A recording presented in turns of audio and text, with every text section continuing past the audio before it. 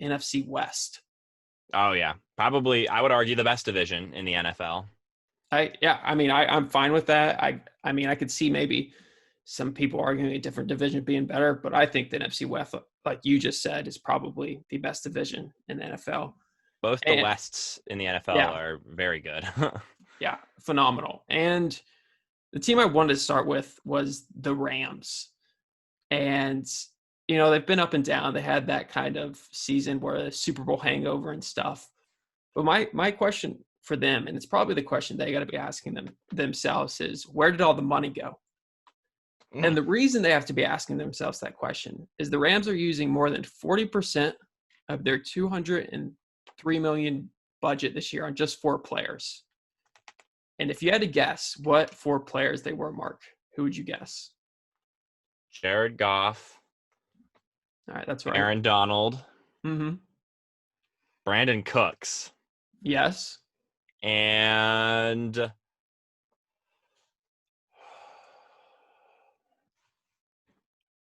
are they still paying for Todd Gurley? Yes. Oh, wow. You got them all right. Wow, I got them all. Look at that. Yeah. It's crazy because 2 of those guys aren't on the team anymore. Brandon Cooks and Todd Gurley aren't on the team. And then they're using $30 million in dead money on them too. And then Ramsey, they're gonna have to give him a big contract. Like I feel like they're planning on it. And it's kind of like this team, made it to the Super Bowl, but now it's like they're using so much money on a roster that's not even complete, really. It's a bunch of star players, and they haven't forget the last time they had a first-round pick and when the next time they'll have a first-round pick. I think the last time might have been when they used it on Jared Goff. But it's just a question, like you can't build around 4 players when 2 of them aren't even there when you're using that much money. So yeah, I remember when they first did all the signings the year before the Super Bowl. Mm-hmm. So they signed a bunch of talent onto the team, including like Aqib Talib, Dominic Sue, other guys along those lines, Brandon Cooks. And I remember thinking at the time just how much money they were spending and thinking this team better win the Super Bowl like right now, because if they don't, they're going to get hit hard immediately afterwards. And that's what happened. I'm no financial expert, but I think everybody could see that when Snead was just reeling and dealing out all these players. Mm-hmm. I would say that it was inevitable, and here we are. They're going to have a rough year, I think. And my question is the collapse here? Because I think that there's still a lot of talent on this team, but it's definitely not the Rams team we saw even 2 years ago. They have to sell out a lot of their players. They're now paying for a lot of guys that are not on the team anymore. This is not a team that's going to win against good teams. They're not going to beat good teams. They can bully around some of the weaker teams. They might be able to get a win over the Cardinals, but I would say that this team is on a steep downward slope, and the more you have to throw on the shoulders of Jared Goff, I think is the worse the outcome is going to be. Yeah, I completely agree. And I like Sean McVay a lot. Obviously, every team went on my team, the Packers, went on a hiring spree with anyone that knew Sean McVay. But I believe in him, but I think he's in a very difficult position with just the structure right now and the cap. I mean, there's a good chance it doesn't grow at all and declines over the next couple of years with what we're going through right now in our country and stuff. So it's just going to get more difficult for them. And I don't know. But the next team I have is the Cardinals. And my question is, how will Kingsbury evolve the offense, basically? He ran 4+ receiver sets on 61% of the snaps in the first 4-week stretch. And then he ended up declining it throughout week 5 through 17 to just 22% of their plays. I know he wanted to come in and like install his own offense, but I think he had to realize eventually that it wasn't going to work in the NFL. It didn't necessarily work as well, and we're expecting some genius coming in. I know we both watched the Big 12, so I don't remember exactly what you were thinking, but it seemed weird when they trusted Kingsbury in a way. But they still ran, I believe, 328 plays with 4+ wide receivers, and then the next 5 teams combined still don't match up to that many 4+ wide receiver sets. So my question kind of like ties into like, how is he going to run his offense? Is he still going to be stuck on doing it his way, or is he going to evolve and do more of an NFL style offense, basically? Well, I think he grew smart, as you mentioned. I think he kind of got an idea of exactly what it was going to win him games, because they did struggle early on, but Mm-hmm. then they did find some rhythm as the season went on. Kyler Murray got better as the year went on, but also they got Kenyon Drake. And Kenyon Drake, that changes the formula a little bit, because that's not a bad guy to hand the ball off to. Yeah. And I think that I believe Cliff Kingsbury is a smart guy. I think he understands that you can't do everything the same as you do in college. Mm-hmm. And my question, and this is kind of a funny one, I'll give a different proposition after this, but my question is Mark dumb to be on a hype train like this? Because this may be the worst team that I am excited about in a long time. This Oh, so Carolina, you're really excited about them. I'm excited to watch Okay. this Cardinals team. I think that this team is going to be so much fun to watch this year. You've got some great weapons, including now DeAndre Hopkins, Larry Fitzgerald, Christian Kirk for passing options, Kenyon Drake, great running back, and Kyler Murray, who is electric as a Mm-hmm. quarterback. And I'm going to say it right now, if there is anybody in the league that can get to the level that Patrick Mahomes is on, it's Kyler Murray. Kyler Murray he may not be the exact same build as Patrick Mahomes. Obviously, he's a much smaller, but he is so fast, and the way he throws the ball is very similar to Patrick Mahomes. And granted, that comes from that baseball background where they can just flick the ball and it will travel 50 yards down the field. Kyler Murray could do that just like Patrick Mahomes can. And I think that he might bring it this year. I think he's going to have a fantastic year. The secondary is not bad either. They just signed Budda Baker to a very nice deal. Mm-hmm. The issue is the defensive line is subpar at best.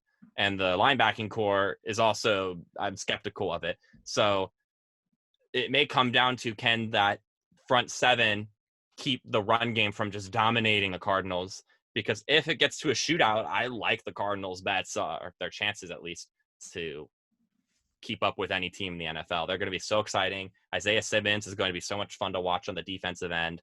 But there's still a lot of concerns with them, which is why I asked the question, is it dumb of me to be this excited to watch them play?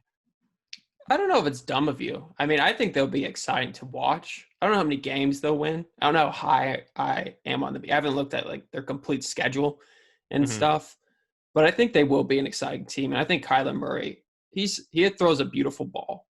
Yeah. Honestly, one of my favorite balls out there. And then also, like, he's someone that's quick, but he also like looks quick. There's like certain runners that like sometimes you're like, are they really quick? But you hear they're like super fast and they just don't look like they're running quick. But like some of Kyler Murray's runs like are astonishing to me, like how quick he gets out of the pocket and stuff. I mean, it gets close to like Lamar Jackson. I mean, Lamar Jackson's next level. But when Kyler Murray runs, he has that sort of twitch to him.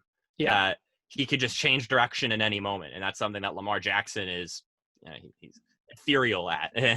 But Kyler Murray's got it. I am very pro Kyler Murray this season. All right. That's exciting. We'll definitely have to see how that turns out. I mean, I like Kyler Murray. Got nothing against him. I hope he does well in the NFL.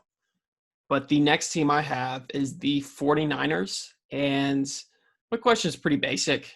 I mean, you could ask this for a lot of teams, but it's kind of like, how long is their Super Bowl window? And a lot, we have the Super Bowl hangovers and teams that have been making it to the playoffs. I believe 8 teams, from what I looked up in NFL history, came back to the Super Bowl after losing it the year before, and then only 3 teams have gone to win it. And I think, honestly, you could still argue they're the best team in the NFC, the 49ers. But it's just, and a lot of those teams, I just like to mention, a lot of those teams were the Patriots too, which they just run an entirely different shit from other teams. They just have, their hearts are made of steel, and the depression of losing a Super Bowl, Bill Belichick can't be bothered. It's insane to me that they're like, I have a chart up and their Super Bowl window. So there's a piece on the Ringer about basically like teams that normally win the Super Bowl are in the top 10 of preseason odds. And the Patriots from 2002 to present year are in the top 10 every single year. So their Super Bowl window is large. And I guess I had just a random trivia question for you again, Mark. But there's one team from 2000 to present that has never been in the top 10 of preseason odds to win the Super Bowl. There's two that's been in it once. And if you're thinking I can mark off those two. And that counts this season? Yes, it does. The Lions. You are correct. See, the Browns are the first team to come into my head, but I bet they were in the top 10 last year. Yes, they were 8. And then They were they're 8 last also year. 10 in 2008. So they've been in Really? it twice. Yes. Hmm. And then the Weird. Cardinals were one, had it done once, and the Bills were in the top 10 once as well. But Interesting. I was like, man, I feel bad for Stafford, but we can get into that later. But what's your question Yeah. for the 49ers? For the 49ers, it's a pretty generic one. Can they avoid the hangover? Mhm. Because I remember last year when the Rams lost the Super Bowl, I thought that was a team so prone, so vulnerable to the Super Bowl hangover, and they proved to be right. This 49ers team, slightly different, but still have a lot of the same consequences. It was a great defense, had a lot of talent on it, and now they've lost some of that talent on defense. In particular, DeForest Buckner, it's off the top of my head, coming to the Colts, great pickup for us. But that defense is not as deep as it was last season, and that's gonna come back and hurt. They're still gonna be good on defense, but when they came into the playoffs, they were just wrecking opposing offensive lines. And I don't know if that's going to be a game-by-game case anymore, which then puts the pressure on Jimmy Garoppolo with the group of receivers that are all right. It's the kind of group that needs a number one guy to be amazing, but they don't have that right now. And so I have my doubts that they're not going to be as good as last year. But I have my doubts that they're going to even win their division this season. We'll see how that goes. Yeah, I think they should be good.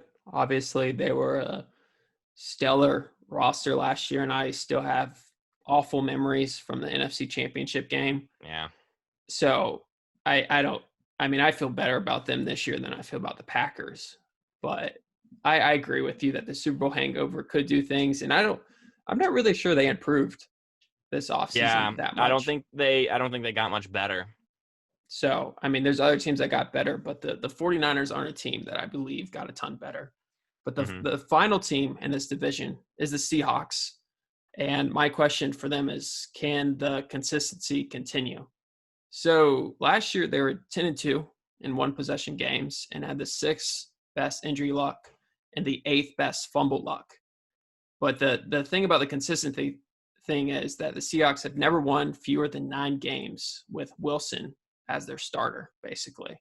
So obviously, I think they've improved a lot this year, and it's just a question of, can they keep up this high clip of them winning? And I know we seem like we both agree that they're playing in the hardest division in football right now, so it's going to be difficult for them.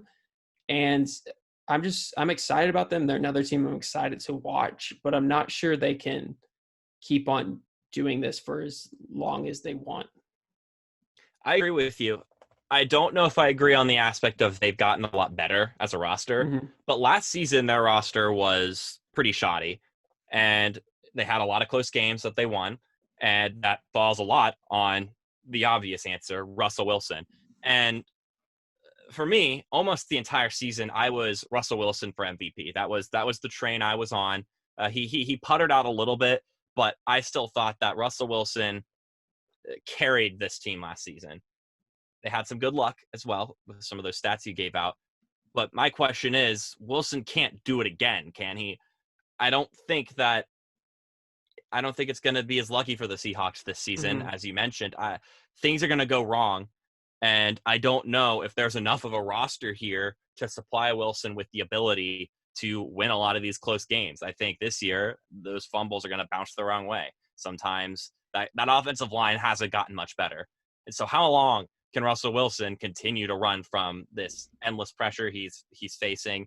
And how long can he make use of this receiving core, which has gotten better this past season? DK Metcalf being a great addition. But I don't know. I worry that there's going to be a brick wall somewhere for the Seahawks because they're just trying to ride on Russell Wilson. And I think at some point they're going to hit that brick wall, and it's not going to be good.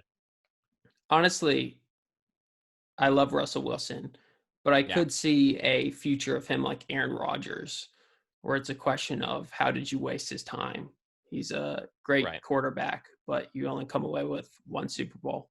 Hopefully more for Russell, but honestly, who knows?